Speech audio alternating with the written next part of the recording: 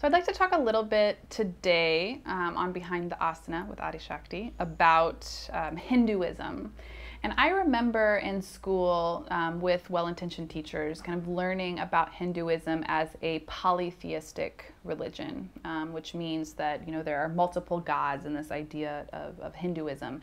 And especially being raised as a Christian child and you know, growing up in a Christian community, that this idea of monotheism, of one God, is very central to our belief, and these kind of polytheistic ideas or these other Eastern ideas are very alienated from just how we semantically start to understand them as children.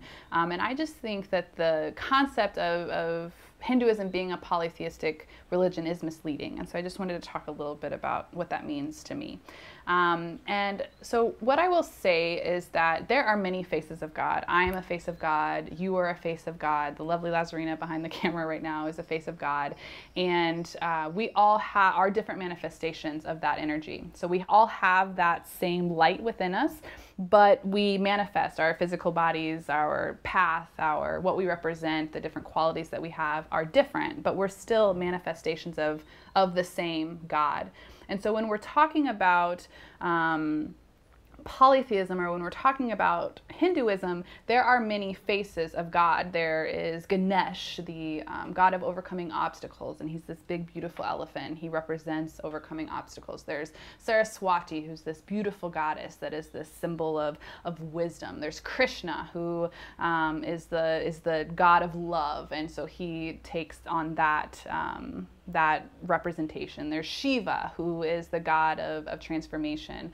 But all of these qualities, they're just different faces of different divine qualities of the same essence. So in yoga, the most central principle, or in the Eastern philosophical thought, the most central principle is union, is that we are all one, which is very, very in line with this monotheistic model of Christianity, of Islam, of these of Judaism, all of these other religions that are a bit more similar.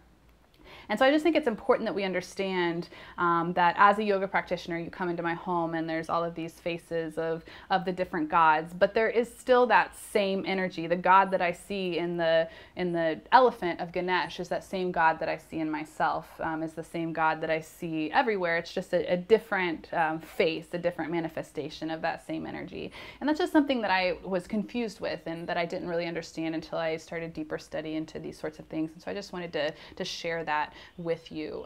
So I see the God in you, and that's really what we mean when we say namaste, that we recognize that same divine vibration within each other. And I'm so very thankful for your time and energy. Please comment, like, share, ask questions. And yeah, until next time, I'm Adi Shakti. This is Behind the Asana. Namaste.